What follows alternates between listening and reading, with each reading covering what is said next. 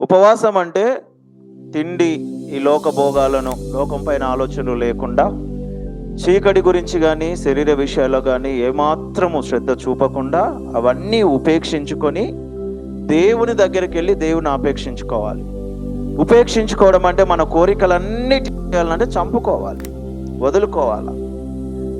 అలా మన కోరికలు ఈ లోకమందు మనం ఉపేక్షించుకొని దేవునికి దగ్గరగా ఉన్నాము అని అంటే ఆటోమేటిక్గా దేవుని చిత్తంలో మనం ఉన్నామని మనం అర్థం చేసుకోవచ్చు. చాలా చక్కటి వాక్యం చెప్పింది. మరి చాలా మంది మరి ఎందుకో రాలేకపోతా ఉన్నారు. మరి దేవునికి దగ్గరగా రావాలి అని అంటే లోకానికి దూరంగా ఉండాలన్న బాధన, లేకపోతే లోకంలో ఉన్న సంతోషము సమాధానము మరి మాలో దేవుని దగ్గరకు పోతే ఉండదని అనుకుంటున్నారా? లోకంలో సమాధానం ఉంటుందా? సంతోషం ఉంటుందా? ఏదైనా ఉంటుందా? ఏది ఉండదు. తృప్తి పొందుతున్నాం అనుకుంటాం కానీ అసంతృప్తిలోకి దిగజారుతాం. ఆనందంగా ఉన్నాం అనుకుంటాము కానీ ఆనందము లేకుండా అదొక వీక్షణ, ఒక నాశన మార్గంలో మనం నడుపుతూ ఆ నాశనాన్ని మన కంటికి ఇంపుగా కనబడుతుంది. నేను అదే అంటాను. ఏమంటానంటే లోకము ఆనందం గురించి ఏదేదో చేస్తుంది, మత్తులో మునుగుతుంది, డ్యాన్సులు వేస్తుంది, పబ్బులోకి వెళ్తుంది, సినిమాలు, షికారులు అనేకమైనవి ఈ లోకము మనుషుల చేత చేయిస్తాయి. కానీ దేవుడు అట్లా కాదు. దేవునికి ఉపవాసముతో ఆయనతో మనం సావాసం కలిగి ఉంటే ఏం చేస్తాడు?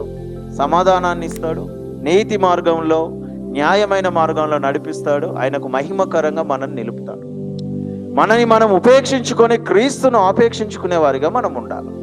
ఒకవేళ మనని మనం వదులుకోకుండా దేవుణ్ణి మనం పొందాలి అని అంటే చాలా కష్టం.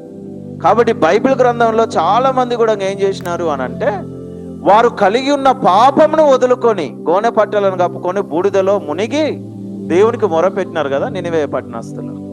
అదే నినివే పట్టణస్తులు మళ్ళా ఆ ప్రార్థన చేసిన తరం గడిచిపోయిన తర్వాత మళ్ళీ ఏమైంది? నయం చదివినరు ఎవరైనా? మళ్ళా దేవుని యొక్క ఉగ్రత ఆ పట్టణం పైకి వస్తుంది. మనుషుల స్వభావం అంతే. ఒక చిన్న సామెత ఉండదు కదా, కుక్క తోకకు రాళ్ళు కట్టినా అది చక్కగా అవ్వడం అనేది అసాధ్యం అసలు. యాక్చువల్గా దాన్ని నువ్వు ఏమి చేసినా కూడా చక్కగా చేయలేవు. కానీ ఒకటి చేస్తే అది చక్కగా అవుతుంది. వంకకున్న తోకను కత్తరిస్తే అది ఎప్పటికీ చక్కనే అలవాడుకుంటే వెళ్ళిపోతుంది. మనుషుల యొక్క క్రియలు, మనుషులలో ఉన్న బలహీనతలు, వారు చేసే పాపాలన్నిటి కూడా ఏం చేయాలంటే కత్తరించాలా, ఉపేక్షించాలా, వాటి విషయంలో దూరంగా పారిపోవాలా. మనం జోసెఫ్ని చూస్తాం, యోసెఫ్ని చూస్తాం. ఆది ఖండంలో తన పైన ఒక స్త్రీ మనసుబడి తన యొక్క చేపట్టి లాగుతూ కూడా తను ఏం చేసినాడు? తనను ఉపేక్షించినాడు. తన కోరికలను ఏం చేసినాడు? నాశనం చేసేసుకున్నాడు. ఎందుకనంటే దేవునికి దగ్గరగా ఉండాలని ఆశపడ్డాడు. కాబట్టి దేవుడు ఏం చేసినాడు? ఈ లోకము కొంతకాలమైనను శిక్షించిన ఆ యొక్క పాత నిబంధన కాలం అది మొదలుకొని, ఆది కాండము కాలాన్ని మొదలుకొని ఇప్పటి వరకు దాదాపుగా 3600 సంవత్సరాల నుండి ఆయన నీతివంతుడిగా ఏమవుతా ఉన్నాడు? కొనసాగుతూనే ఉన్నాడు. 3600 సంవత్సరాలకే ఆయన కొనసాగుతూ ఉన్నాడు ఒక నీతివంతుడిగా. ఆయన చరిత్రను చూసుకొని అనేక మంది యవనస్తులు, సంఘస్థులు, విశ్వాసులు, పెద్దలు, చిన్నలు, సేవకులు అందరూ కూడా తనని ఇంకా మాదిరిగా తీసుకుంటా ఉన్నారు అని అంటే తను చేసిందేంటి? ఈ లోకాన్ని తృణీకరించి దేవునికి దగ్గరగా నివసించాడు. ఇది చాలా విలువైనది. యాక్చువల్గా చెప్పాలంటే దేవుని సన్నిధి చాలా విలువైనది. నేను అదే అంట. ఇప్పుడు ఒక్కొక్కడికి తెలియదు కదా, సచ్చినాక ఉంటుంది అసలు సంగతి. లోకమందు ఆనందపడాలంటే ఒక మనిషి యొక్క శరీరాన్ని చంపుకోవాలా, ఆత్మను చంపుకోవాలా. లోక ఆనందాన్ని వెతుకునేవాడు తనను తను ఏం చేసుకోవాలంటే ఏం చేసుకోవాలా? దిగజారిపోవాలా. వాడు దేవుని సన్నిధికి ఎప్పుడూ దగ్గరగాడు.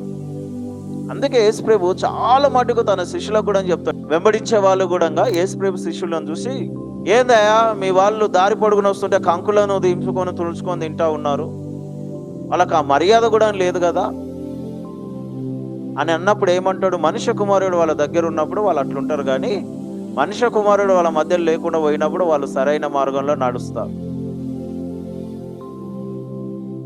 యేసుక్రీస్తు ప్రభువారే తనను తను ఏం చేసినాడు? ఒక 100% మానిగా, ఒక 100% మనిషిగా తనను తనే ఏం చేసినాడు? ఉపేక్షించుకొని ఉపవాసం ఉండి దేవునికి దగ్గరగా ఉండాలని ట్రై చేసినాడు. ఆయన ఒక గొప్ప దుష్టంతానాన్ని మన ముందలు ఉంచినాడు. ఒక ఉదాహరణను మన ముందలు ఉంచి ఆయన యొక్క రక్షణ విలువను ప్రకటించినాడు. ఒకటే చెప్పొచ్చు, ఉపవాసం ఉంటే కడుపు కాలొచ్చేమో కానీ ఆత్మ బలమైన ఆరోగ్యమును పొంది దేవునికి దగ్గరగా ఉంటాడు. ఉపవాసం ఉంటే కళ్ళు తిరిగి వచ్చేమో కానీ మనోనేత్రములు తెరవబడతాయి. ఉపవాసం ఉంటే శరీరము నీరసంగా ఉండొచ్చేమో కానీ మనలో ఉన్న ఆత్మీయ స్థితి బలము పూనుకొని క్రీస్తు కొరకు నిరీక్షించే స్థితికి దాన్ని తీసుకెళ్తుంది. ఒక దివ్యమైన స్థితిలో మనం నిలుపుతుంది. దేవునికి దగ్గర ఉండడం అంటే ఆషమాషనా? దేవునితో సావాసం చేయడానికి ఆషమాషనా? చూద్దాం, గడపండి ఒక 3 గంటలు దేవుని సన్నిధిలో. ఎవడైనా గడపగలుగుతాడా? సినిమా థియేటర్లకు పోయి 6 గంటలు 12 గంటలు 20 గంటలు సినిమా అంటే సినిమా వేసినా కడుపు కాల్చుకొని చూసేవాళ్ళు ఉంటారు. తాగుడు ముందు పెడితే తిండి ఎరగక తాగి తాగి తాగి మళ్ళా కక్కి తాగేటోళ్ళు కూడా ఉంటారు. తృప్తి లేదు మానవునికి. ఈ లోకంలో ఏది చేసినా తృప్తి లేదు. దేవుడు క్రైస్తవులు ఉన్న వారికి ఒక పరిమితి నిలిపిండు అని అంటే దానికి కారణం ఇలాంటిది. ఎందుకంటే ఇప్పుడు కూడా చాలా మందిని చూస్తామండి, మామూలుగా కాదు. లోకం విషయంలో అత్యాశ కలిగి దేవుడికి దూరమయ్యే వాళ్ళు చాలా మంది ఉన్నారు. రేపటి దినమున వీళ్ళు ఏదో ఒక అపాయమైన స్థితిలో పడి అనారోగ్యముతో కానీ ఏదో ఒక స్థితిలో దేవునికి దూరం అయిపోయి వారు కృంగి కురిసించిపోయినప్పుడు దేవుడు చెయ్యాలంటే ఇవ్వడం చాలా కష్టం.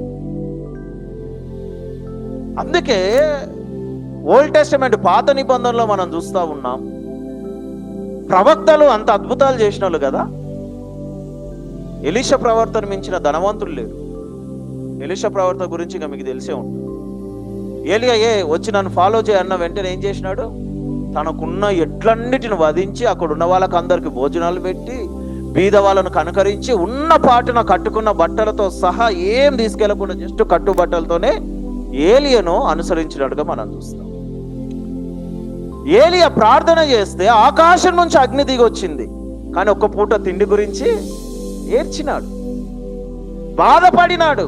అయ్యో నా పోషణ ఎట్లా ప్రభువా, నువ్వు అక్కడ ఎక్కడికో పోమంటున్నావు, సారెపాతకు పోమంటావు, అరేణలకు పోమంటావు, అక్కడ పోమంటావు, ఇక్కడ పోమంటావు, 3 ఏళ్ళు వాన వాడట్లేదు, కరువు కాలంలో ఉన్నాం.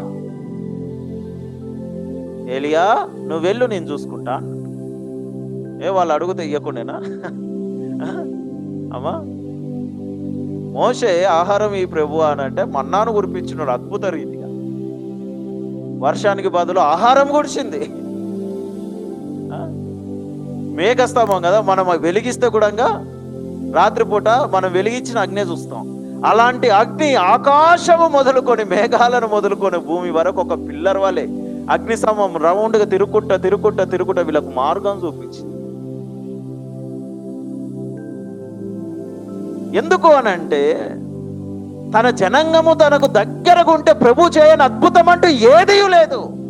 ఉపవాసం అనేది దేవునికి దగ్గరగా ఉండి ఆయనతో సావాసం కలిగి ఉండుటయే. దేవుడు ఎప్పుడు కానీ తన జనాంగాన్ని కృంగనీయాడు.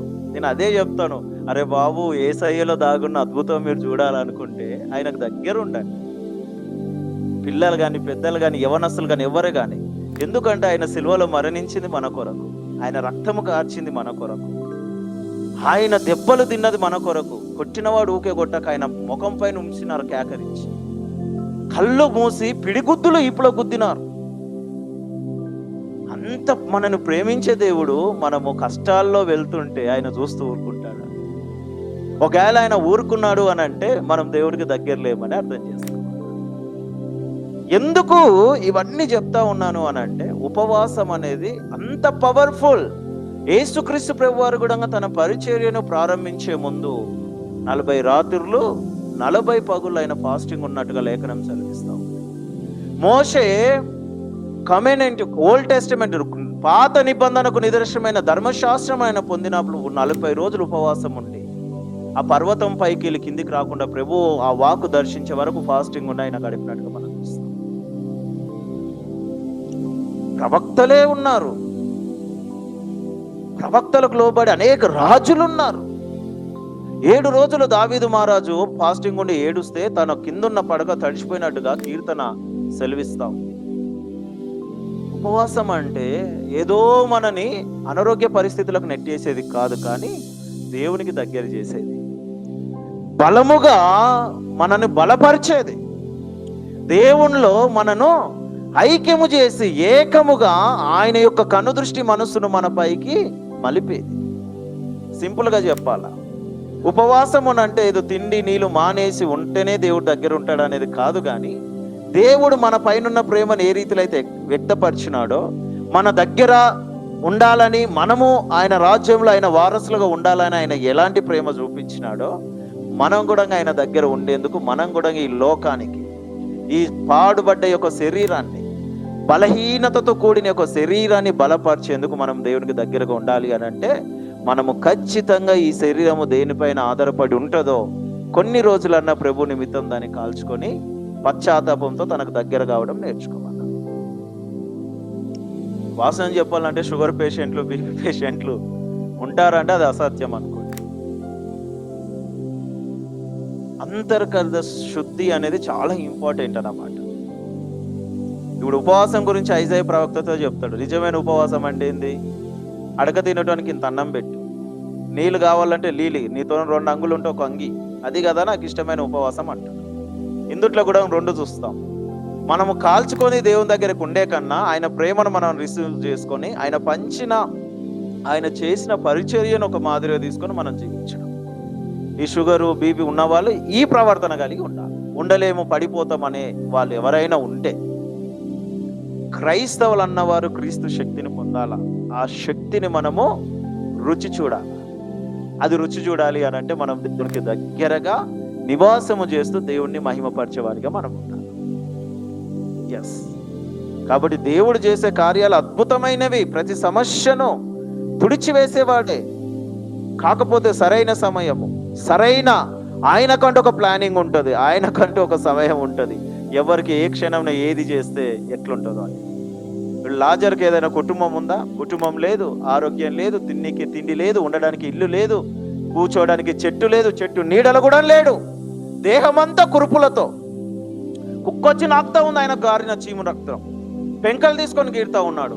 కానీ తన ఎదురుగా తను కూర్చుని ఆపోజిట్లో ఉన్న ధనవంతుడు మాత్రం విలక్షణంగా టీప్ టాప్ గా ఏమాత్రమును ఆ ఇంటి ముందున్న బీద వాళ్ళని పట్టించుకోకుండా వాడే డూబ్డాబ్గా చేసుకొని వెళ్ళిపోయినాడు. కానీ చూడండి, ఈ లోకములో సమస్తమును నష్టపోయిన లాజర్ని దేవుడు ఎక్కడ ఆనించుకున్నాడు? తన రొమ్మున కదా చెప్తాడు కదా, అబ్రహాము రొమ్మున ఆనించుకొని ఒకటి. ఈ ధనవంతుడు నరకంలోకి వెళ్ళి చూసి, అబ్రహామా తండ్రి నీ చిటికెన ఇళ్ళకి ఇట్లా ఒక గ్లాసులో నీళ్ళు ఇట్లా ఒక చుక్కబొట్టైనా వద్దు. ఇక్కడ సమస్తము నష్టపోయినాడు, అక్కడ సమస్తమును పొందుతా ఉన్నాడు. వీడు ఇక్కడ సమస్తం అంతా పొందినాడు, కానీ యుగాలు తరతరాలు వాడు నష్టపోతూనే ఉన్నాడు. కాబట్టి మనం కూడా అలాంటి వాళ్ళమే. మన సంపద అయినా, మన ఇండ్లైనా, తిండి అయినా ఏదో ఒక రోజు వదిలిపోవాల్సి. ఆ వదిలిపోయినప్పుడు ఇక్కడ మనం ఏదైతే లాభ సాధనంగా ఎంచుకుంటున్నామో, మనం ఏ రీతిలో అయితే దేవునికి మహిమకరంగా జీవిస్తున్నామో దానిని బట్టి మనము పొందేది ఉంటుంది. ఒకవేళ ధనవంతుల్లాగా సమస్తం ఇక్కడనే కోరుకున్నాం అనుకో, అక్కడికి వెళ్ళిన తర్వాత ఇంతే సంగతులు కాల్తా ఉండు నరకంలో అంటాడు ప్రభు. కాబట్టి లోకం ఎప్పుడు మనం నష్టపరిచేది, బలపరిచేది కాదు. అఫ్ కోర్స్ మనం చేసే పనులను బట్టి మనం సంపాదించుకోవచ్చు, పేరు ప్రతిష్టలు ఉండొచ్చు, అన్నీ ఉండొచ్చు. ఎందుకంటే అబ్రాహామును అందరినీ దేవుడు దీవించినాడు, లోకపరంగా వాళ్ళని దీవించి ఆశీర్వదించినాడు. కానీ న్యూ టెస్టమెంట్ ఎప్పుడైతే క్రీస్తు మన నిమిత్తం వచ్చి సిల్వలో మరణించినాడో, తన ఆశీర్వాదాలన్నిటినీ 5వ అధ్యాయం మత్తయి సువార్త ధన్యతల రూపంలో మనం చూస్తా ఉన్నాం. దుఃఖపడివాడు ధన్యులు, ఓదార్చబడు. మీ నిమిత్తం ఎవడైనా అబద్ధం చెప్తే మీరు ఎగిరి గంతేయండి, మీ ఫలం అధికమవును. ఇవే ఉన్నాయి అక్కడ ధన్యతలో. అవన్నీ కూడా దేవుడు ఏం చేసినాడు? దీవెనగా మనకు ఉంచినాడు. మన కన్నీళ్లు దూర్చేవాడు, మన దుఃఖంను దూర్చేవాడు, మనకున్న ప్రతిదాన్ని దూర్చేవాడు. కానీ మనం చేయాల్సింది ఏంటో తెలుసా? ఉపవాసం. దేవునికి దగ్గరగా ఉండి ఆయనలో నివాసించడమే మనం నేర్చుకోవాలి. దానిని బట్టి దేవుడు అనునిత్యము తన కనుదృష్టిని మన పైన నిలుపుతాడు. ఆయన ఎప్పుడు తన బిడ్డలను వదిలేసేవాడు కాదు, ఏదో ఒక రకంగా కాచి కాపాడేవాడు. కాబట్టి మనం కూడా చేయాల్సింది ఏంటంటే ఉపవాసము అనగా దగ్గర నివాసము చేయడం. అంటే దేవునికి దగ్గరగా ఉండి ఆయనలో సావాసం చేయాలి. కాబట్టి ఇట్టి మాటలు దేవుడు దీవించును గాక. దేవుడి నామానికి మహిమ కలుగును గాక. ప్రార్థన చేసుకుందాం.